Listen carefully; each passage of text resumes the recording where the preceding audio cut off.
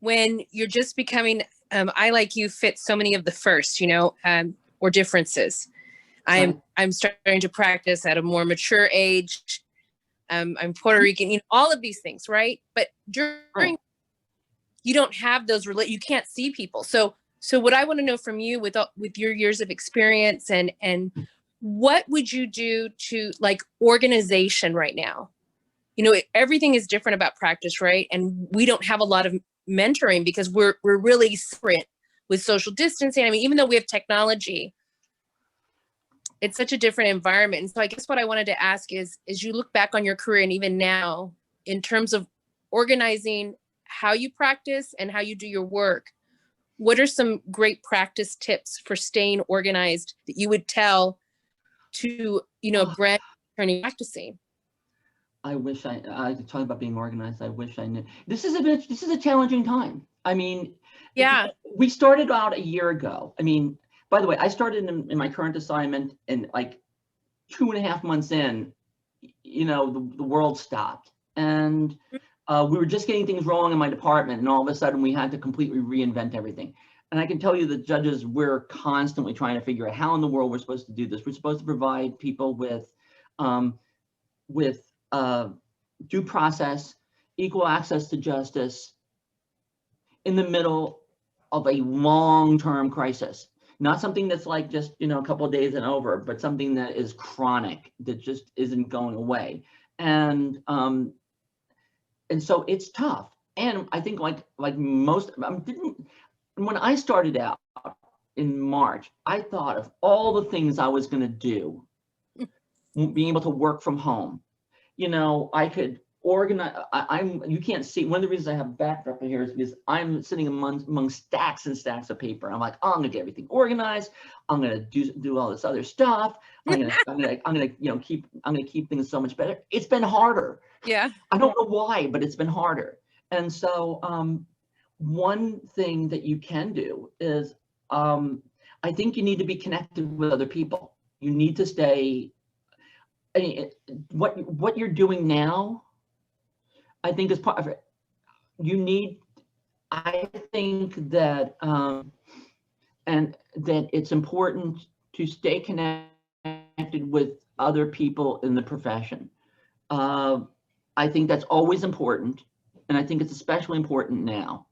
I don't know what other kind of, challenges you face in terms of juggling things, because I mean, I have some of my colleagues are dealing with how are they going to be a judge and a school teacher, and all these other things going on. Some of my colleagues go into their chambers every day so they can get out of the house, just because. Well, if only because of the fact they've got kids who are video streaming, and a spouse who's video streaming.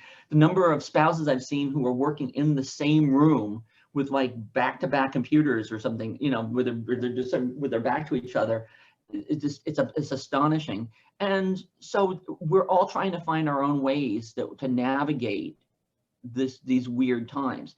And honestly, despite what some people seem to think, I don't think that it's going away as fast as everybody is hoping. Right. I mean, now they're talking about hopefully we'll get everybody over 65 vaccinated by the summer.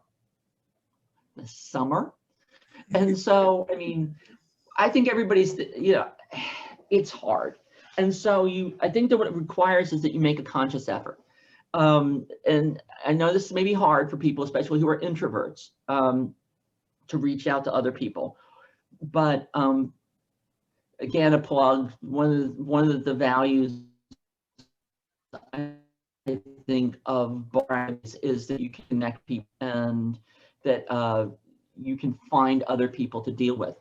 I still participate in social media stuff. I'm on Facebook particularly because I ran my campaign out of Facebook. I mean, I know everybody sort of wants us to back off, but I'm just never going to. And I know when I started out, that was where all the young people were, and now it's where everybody's grandmother is. But and I'm not really an Instagram person, and trust me, TikTok, oh God, I don't even know if a judge can participate in TikTok without, violating the canons of ethics, because, what am I supposed to do? Do, a floss or something? I'm not dancing for video. But I think it's important to not isolate. And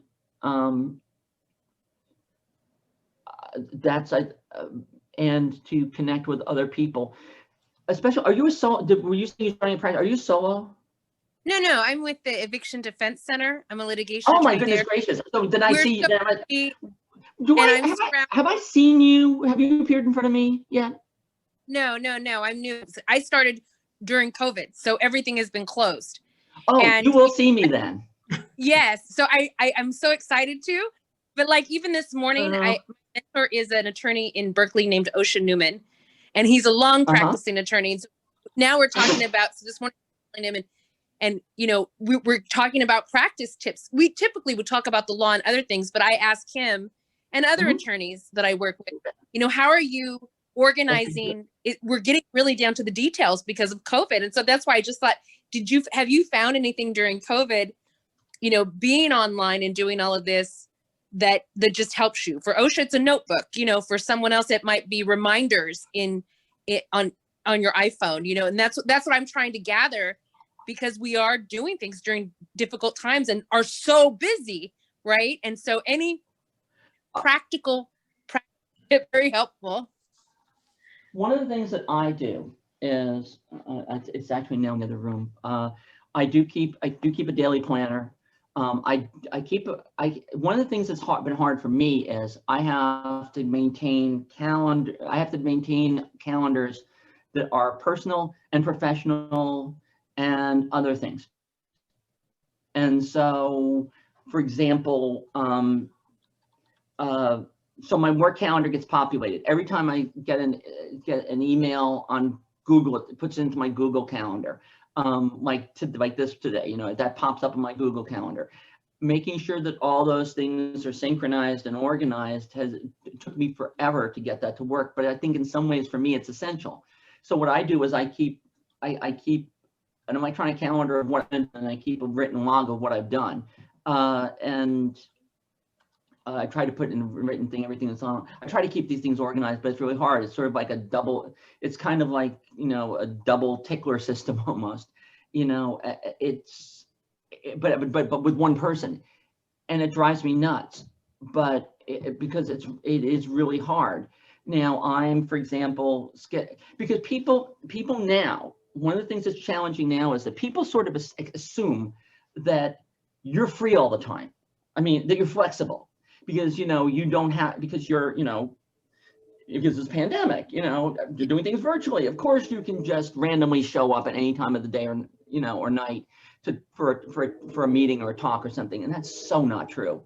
And it drives me nuts, and especially because of people. One of the things that's challenging is, our county, we're doing almost everything remotely. There are other counties where they expect you to show up. And, and so keeping track of that and you have to physically show up in Santa Clara County, but you need to be doing a video call with Alameda County, 20 minutes later or something. Negotiating this now is challenging. And I get invited to speak all over the place. I love talking, so I mean, I do it. But I have to make sure I don't not show up to something. And people do seem to think that you're always free and always available. And it's really hard to say, no, I can't come to your virtual birthday party, or no, not birthday party, but virtual mixer for this group, next Tuesday, because, well, I've got 3 other Zoom things at that same time. We're now, I think, I don't know about your social calendar, but I'm far, far busier than I ever was before.